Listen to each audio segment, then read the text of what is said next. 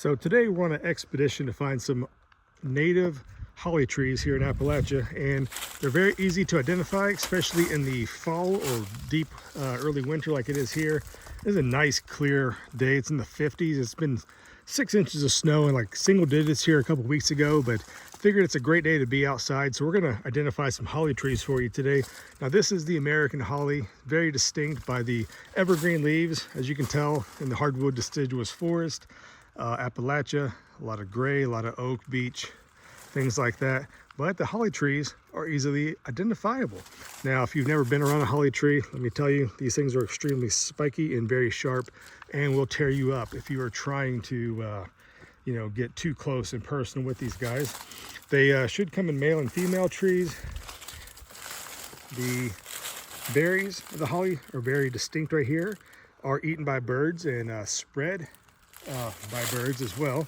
So typically things that are red are actually distributed by birds, even like peppers, like your chili peppers that are red, designed to be distributed by birds who just flying around and depositing the seeds, if you will. So here are some semi-young trees that will get a lot bigger than this, but these woods have been selectively timbered, I guess, in the past. But that is not the end of the world. So here's the one little specimen right here that's growing along this little ridge top. But let's see if we can find some babies that have naturally started growing up on this little knoll here and see how well the birds have distributed these seeds. Now, walking along here, this is what you can look for in the woods. Now, this is a seedling holly tree that is growing all by itself here, obviously distributed by the birds. They don't spread by roots or anything like that. And the nearest tree was, probably 50 yards behind us. But look, this little guy here is growing. They are very slow growing. They do like this cooler part of the mountain. They're not gonna be in the full sun. So if you're looking for them, look in more of the shadier spots. I guess I should say this is the north facing slope, at least here, that's where they're growing. But yeah, so you do have a baby holly growing here. And if we keep walking, you can tell this knoll here was cleared off at some point, whether for hunting purposes or maybe farming years and years ago. But this was timberland, so it was timbered out eventually. But it's kind of coming back. Again, here's another holly. Now you see how the young plants are really just kind of sprawling across the ground here. They're not going to grow straight up and down like an oak seedling or something like that. That's going to put a little whip, they're called, as it just goes straight up. But here, this little holly, and it's nice little west-facing sunlight coming through this woods. But this is a pretty nice little healthy specimen. Again, finding baby hollies is a good sign. Now, I do have a reason why I'm up here showing you this. Back at the hillside, I'm going to plant a holly hedge. Hedges, are great for deterring deer and wildlife. And these hollies, I'm telling you, are very spiky and very deterrent to deer, hopefully. So if you have some long-term projects to grow some of these from seed, which I'll make a growing holly from seed video here pretty soon, I just want to kind of show you the natural growing of these hollies. Again, here's another holly just growing here beside this, I think this is a beech or a beech tree.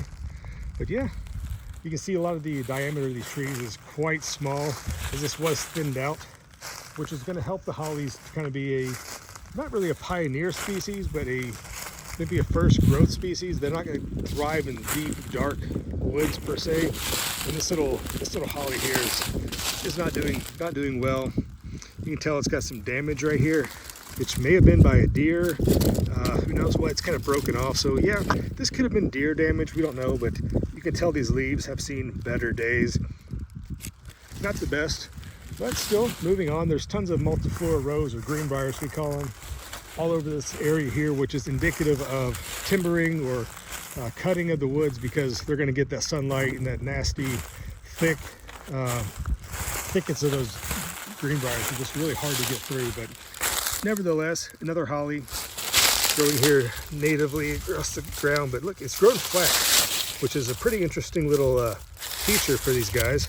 I'm not sure if that's yeah, that's just how it's growing. It's just kind of bent down like that. It's not been, damaged in any way. And we have a couple more growing right here. So Sparing you the boredom of just walking around looking at seedling hollies popping up everywhere in the woods right here. Let's go find a mature tree and collect some of the berries and talk about what I'm going to do to get this holly hedge eventually producing. So one more time just to demonstrate, little seedling here, but finding the hollies naturally growing in the woodland, the evergreen spiky leaves of the green, see that? Easy to find. So if you're trying to identify or look for holly trees, wintertime is the best in the deciduous forest when all the leaves are exposed. So let's go ahead and find some more of those berries now. And just a little quick stop off here at the smoker. A little look at the, you can hear the dog barking, doesn't like me being around, but again, I did not move. This is not the Hillside Gardens. We're at a relative's house. We are deep in the backcountry of West Virginia, guys. Peaceful, quiet, yeah. But yeah, smoking some meat, having some nice early Christmas dinner, family gathering, but onto the berries.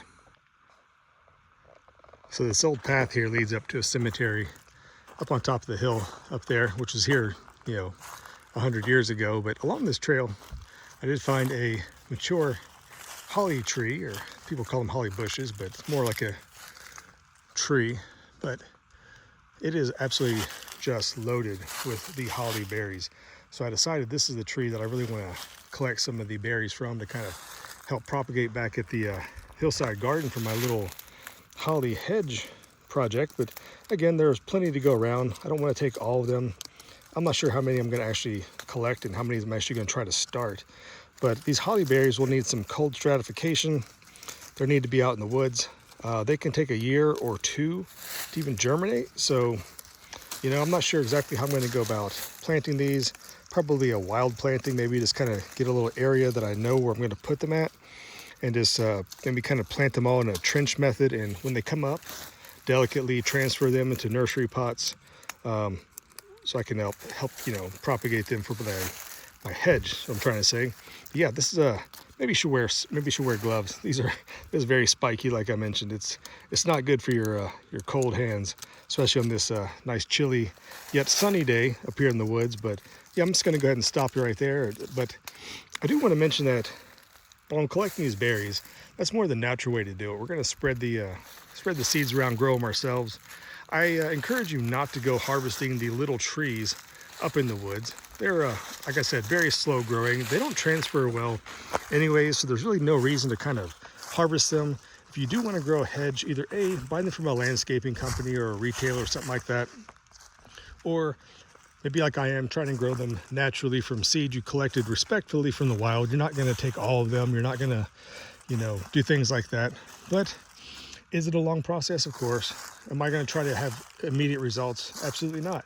This is just, a fun little project that I'm going to try to, for the long term, maybe make a little holly hedge that the wildlife can enjoy the berries, but hopefully with the long-term goal of keeping the deer maybe a little bit away from my property and gardens, and just a little bit of a wildlife natural barrier. So it's a win-win. So use nature to your advantage, use the natural deterrence of the hollies, but also give the birds a little bit of food, maybe some habitat that the birds can hide in from predators, because they're going to be less likely to get harmed maybe if they're hiding inside of the spikiness of the holly. But as I keep walking over here, you can tell this is a road that they cleared out probably when they built the property, just pushing trees down, making driveways, things like that. And I can see some holly trees over here to the distance and up ahead. So this is a nice spot here, just on this ridge. Tons of hollies native, just growing. This is a much bigger